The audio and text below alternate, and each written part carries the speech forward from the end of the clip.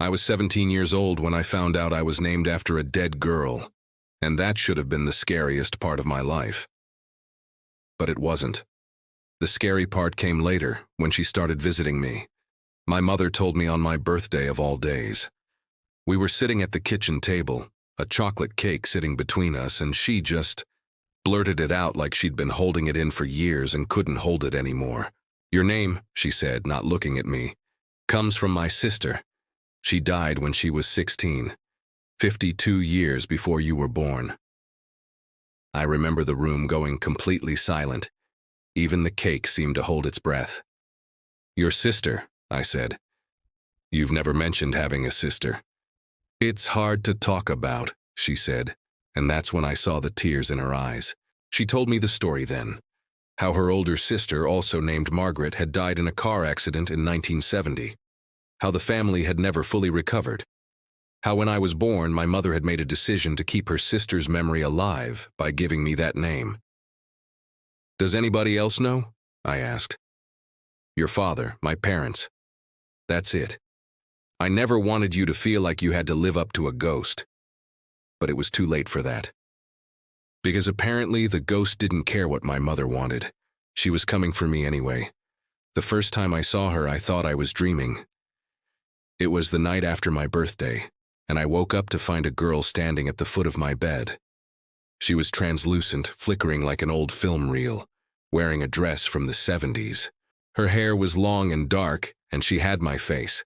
Exactly my face, just older somehow. She looked at me with desperate eyes.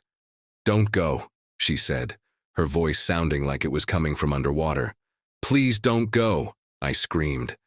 I actually screamed loud enough that my parents came running into my room, but when they turned on the light, she was gone.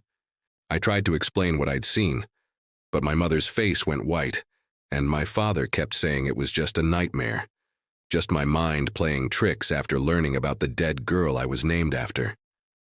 But I knew what I'd seen.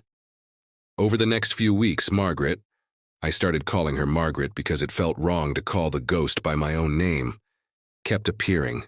She'd show up in mirrors, in the dark window of my car, in the corner of my classroom, always with the same desperate expression, always saying the same thing. "Don't go. Please don't go." I started researching her death obsessively. I found old newspaper clippings at the library, archived in dusty microfilm. "Local teen dies in single vehicle accident," the headline read. Margaret Chen, 16, was pronounced dead at the scene on Route 9, just outside of town. No other cars involved. No indication of what caused her to veer off the road. The police report said she'd lost control of the vehicle. Simple as that. An accident.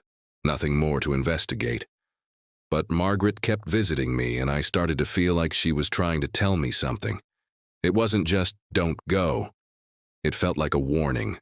Like she was trying to prevent me from making the same mistake she had. I became obsessed with understanding what had happened that night. I tracked down old phone numbers and called people who'd known her, relatives I'd never met, friends who were now in their 70s. And piece by piece I began to understand that there was more to her death than a simple accident. Margaret had been in love with a boy named David. His family was wealthy, powerful, connected. Margaret's family wasn't. When David's parents found out about the relationship, they apparently made it clear that David had to end it.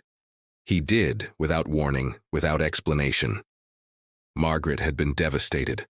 One of her friends told me that on the night Margaret died, she'd been on her way to David's house. She was going to confront him, to demand an explanation, but she never made it there. Instead, she crashed on a dark stretch of road and died alone. And as I sat in my room that night processing this information, Margaret appeared in front of me again. This time she was crying. "I didn't want to leave," she said, her voice clearer now. "I didn't want to die. I was so angry and I wasn't thinking straight, and then—" She paused, looking agonized. "I see him sometimes. David, he lives here now, in this town. I've watched him build a life, get married, have children, and he never knew what he took from me." "Margaret," I said, my voice trembling, "why are you telling me this?" Because you're going to do the same thing, she said. You're going to crash in 3 weeks on Route 9 just like me. I can see it. I can see the moment it happens. And I can't let that happen. I can't let you waste your life the way I wasted mine. I felt a cold chill run through my entire body. That's not possible. You can't predict the future. I don't have to, she said. I can feel it. The same anger, the same desperation. You're going to make the same choice I made, and it's going to end the same way. She faded then, disappearing like morning mist. I was left alone in my room, shaking, trying to make sense of what she just told me. I didn't believe in ghosts. I didn't believe in fate or destiny, or the idea that our futures were already written. But Margaret kept coming back, night after night, showing me scenes from her memory. I saw David's face, young and beautiful and cruel in his indifference. I felt her pain, her rage, her desperation, and I started to understand that she wasn't just a ghost trying to warn me. She was me, or rather, I was her, reincarnated into a life that was heading in the exact same direction. 3 weeks. That's what she'd said. In 3 weeks, I would die on Route 9 in a car accident just like her. And as the days counted down, I realized something terrifying. I knew exactly how it would happen. There was a boy I was obsessed with, a boy who'd rejected me, and I'd been planning to drive to his house to confront him. I'd been so angry, so hurt, so desperate to make him understand what his rejection had done to me. The night before the crash was supposed to happen, Margaret appeared one last time. She looked different this time. Not desperate, but resigned, like she'd already accepted what was about to occur. You have a choice, she said. I didn't. I drove that night angry and reckless, and I paid the price. But you can choose differently. You can let this go. You can live. And that's when I realized Margaret had been trying to save me all along. I didn't get in my car that night. I sat at home and called the boy I'd been obsessed with, not to confront him, but to finally, truly let him go. I told him I'd been unhealthy in my attachment to him, that I was taking responsibility for my own emotional well-being, and that I needed to stop pursuing something that wasn't meant for me. He was surprised, apologetic even, but it didn't matter. What mattered was that I'd made a different choice than Margaret had. I'd chosen to break the cycle. After that night, Margaret stopped appearing. For months, there was nothing. No flickering shadows in my peripheral vision. No whispered warnings in the dark. Part of me wondered if I'd imagined the whole thing. If my subconscious mind had created an elaborate fantasy to protect me from my own self-destructive tendencies. Maybe that's all ghosts ever are. The parts of ourselves we're not ready to acknowledge yet. But then, on what would have been Margaret's 52nd birthday, she appeared one last time. Not desperate or angry, but at peace. She looked younger somehow, or maybe just less burdened. She smiled at me, actually smiled, and said, "Thank you for living the life I couldn't. Thank you for choosing differently." "Margaret," I said, tears streaming down my face, "why did you haunt me? Out of all the people in the world, why me?" "Because you're part of me," she said. "Your mother named you after me, and that connected us across the decades. But also because I've been watching over my family all these years, and I saw you heading toward the same kind of ending. I couldn't let that happen, not when I had a chance to prevent it." "Do you mean, are you saying this was all real, that you're actually a ghost? A manifestation of your subconscious? Does it matter?" She smiled, that peaceful smile again. "What matters is that you lived. What matters is that you broke the pattern. What matters is that you made a choice I never got to make." She started to fade, and I reached out toward her, but my hand passed right through. "Wait," I said. "What happens to you now?" "Now I can rest," she said. "I've been trapped in that moment of rage and desperation for 52 years, replaying my death over and over. But you set me free by choosing a different path. Thank you for that." And then she was gone. Completely gone. Not fading in and out like before, but truly vanishing. I never saw her again after that night. Years have passed since then. I'm 30 now, and Margaret has been gone for more than a decade. I graduated college, moved to a new city, built a life that's entirely my own. I've had relationships that have ended, but I've never again driven recklessly toward a boy in anger. I've never again let my self-worth be determined by whether someone else wanted me.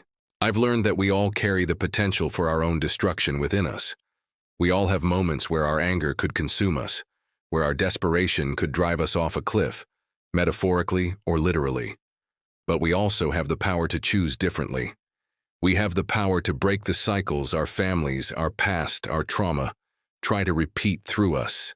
I do not know if Margaret was a real ghost or if she was my own subconscious mind trying to save me from myself.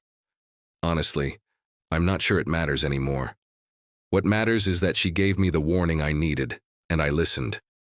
What matters is that I'm alive, and she's finally at peace. But sometimes when I'm driving on Route 9, the same road where she crashed, I feel a strange sense of presence in the car with me. And I swear I can almost hear her voice saying, "Keep going. You're doing good. You're living the life we both deserve." My mother never asked me about the visits. She knew somehow that something had happened between me and my namesake, but she didn't push for details. We just developed an understanding, an unspoken acknowledgement that some things exist in the space between the rational and the magical, and that sometimes we have to accept both possibilities at once. I keep Margaret's old newspaper clipping framed in my apartment now, not because I want to be reminded of her death, but because I want to be reminded that she existed, that she mattered, that even though she didn't get to live a full life, her presence in mine taught me something invaluable, that we are not bound by the choices of those who came before us, and that sometimes the most powerful magic is simply choosing to live differently. A few months ago, I had a daughter. I didn't name her Margaret.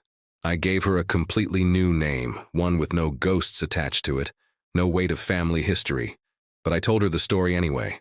Not the part about the supernatural visits, that's not for children, but the part about how her ancestor made a different choice that saved her life. I told her that sometimes we carry names and histories and inherited patterns, but we don't have to be imprisoned by them. We can choose to break the cycle. We can choose to live. And as I held my daughter in my arms, looking at her tiny face, so new, so full of possibility, I felt a warmth wash over me that I hadn't felt since the last time Margaret appeared. It was like she was there in the room with us, finally able to smile not in resignation or desperation, but in joy. My daughter will grow up knowing that she carries Margaret's name in her DNA, in her family history, in the stories told about her. But she'll also know that she's not bound by those stories. She can write her own ending. She can make her own choices. That's what Margaret gave me, and that's what I'm giving to my daughter. The knowledge that even when we feel haunted by our past, we have the power to be free. Sometimes the greatest gift from the dead is the permission to truly live.